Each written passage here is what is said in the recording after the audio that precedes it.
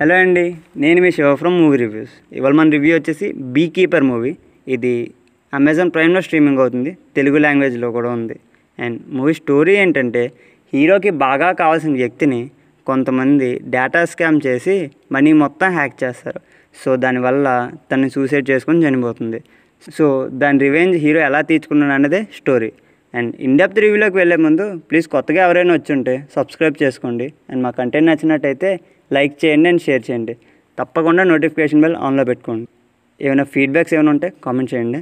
నా వరకు చెప్పాలంటే ఈ movie very decent and strictly one time watchable.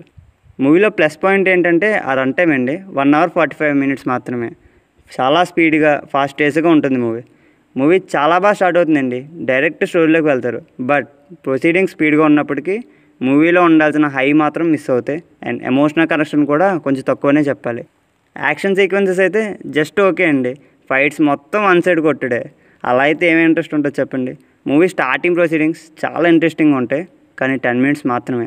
తర్వాత మొత్తం ఫ్లాట్గా వెళ్ళిపోతుందండి. అంతే ఇంట్రెస్టింగ్ ఉండదు. మూవీ మొత్తం ఎక్స్పెక్ట్ చేయొచ్చు మనం. మధ్యలో ది బీ కీపర్ అనే కాన్సెప్ట్ ఉంటుంది, అది కొంచెం బాగుందని అయితే చెప్పాలి.